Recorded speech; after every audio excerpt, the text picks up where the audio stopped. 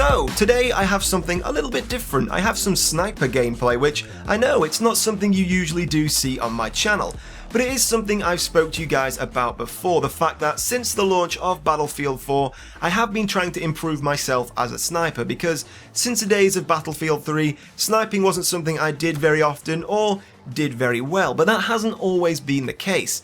When I first joined the Battlefield series, which was relatively recently, only with the release of Bad Company 2, the sniping in that game is probably what initially really made me fall in love with the series. Now, before I played Bad Company 2, my FPS of choice was unfortunately Call of Duty, and in that game, sniping was the thing I did the most. But of course, we all know the maps on that game are very, very small, so when I came across to Bad Company with these huge, expansive maps and great sniping experience, it definitely was one of the main reasons this series grabbed my attention. So what changed for me as a player? Well, I think we all know there are some massive differences between the sniping in the Bad Company series and Battlefield 3 and Battlefield 4. Now, when I first played Bad Company 2, it was the first online FPS game I'd ever seen that actually included the real bullet physics. You had to compensate for bullet drop over a long distance. Now, as someone who is a big gun enthusiast, that was a really cool thing to see in the game. The first time you correctly calculated that bullet drop and got the headshot from maybe 400-500 meters, it was a really satisfying feeling, and it's probably, again, one of the main things that made me stick with the game. Now, of course, since the release of Battlefield 3 and Battlefield 4, we now have seen extra physics put into the game. Not only do you have to compensate for bullet drop, but also, of course, weapon sway, which again, as a big weapon fanatic, was a cool thing to see added to the game. And coming from Call of Duty, of course, that game already had weapon sway in there. It was an extra cool feature, which I already was used to. But of course, when Battlefield 3 first came out, I still was playing on PlayStation 3, and that game notoriously had a lot of input lag on PlayStation 3, which did make sniping a little bit difficult. And then of course, moving across to PC, again, it was difficult enough becoming a PC player, never mind having to be an accurate sniper. So I just became used to using things like the Assault class, the Support class, the Engineer class, and the Recon class just got kind of left to one side. So it's only recently I am trying my hand again to become a lot more aggressive with the sniper rifle.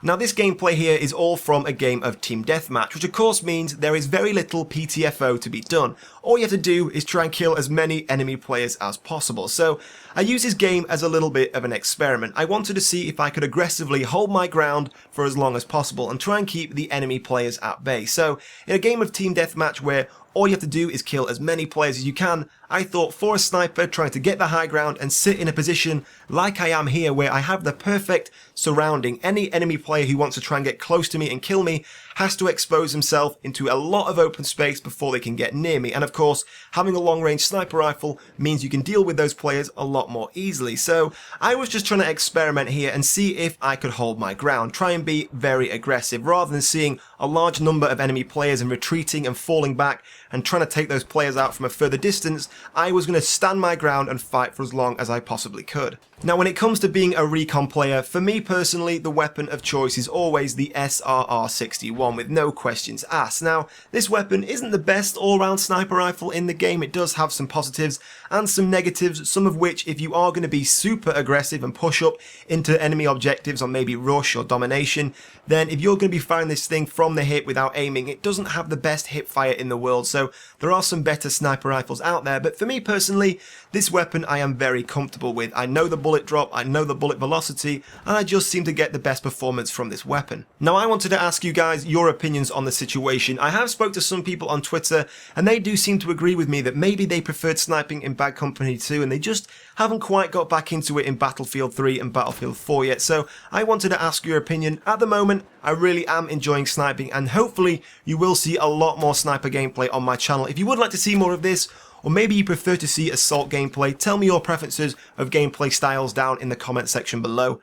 Now, in other news, sadly, I will now be leaving the Pixel Enemy network. I have been with Pixel Enemy with this channel for over a year and a half now. I do owe a lot to Mark and Jay, who run Pixel Enemy, for helping this channel. They actually partnered me when I had 0 subscribers over a year ago with this channel.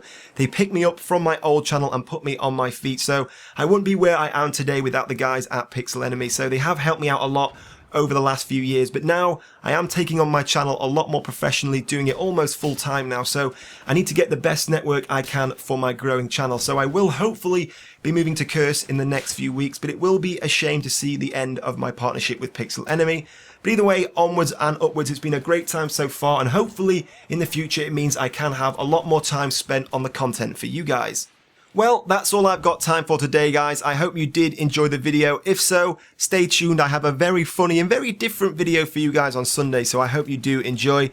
And of course, if you did enjoy this video, don't forget to hit like. It does really help me out. You won't believe how much I appreciate that. And leave all your thoughts down in the comment section below. But in the meantime, thank you for watching, and I'll see you soon.